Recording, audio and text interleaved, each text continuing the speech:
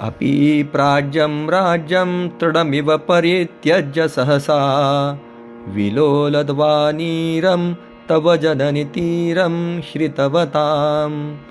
सुधातस्वादीयः सलिलभरमातृप्तिपिबतां जनानामानन्दा परिहसति निर्वाणपदवीं त्यजो निसाम्राज्य तृणसदृशजे का शुभमती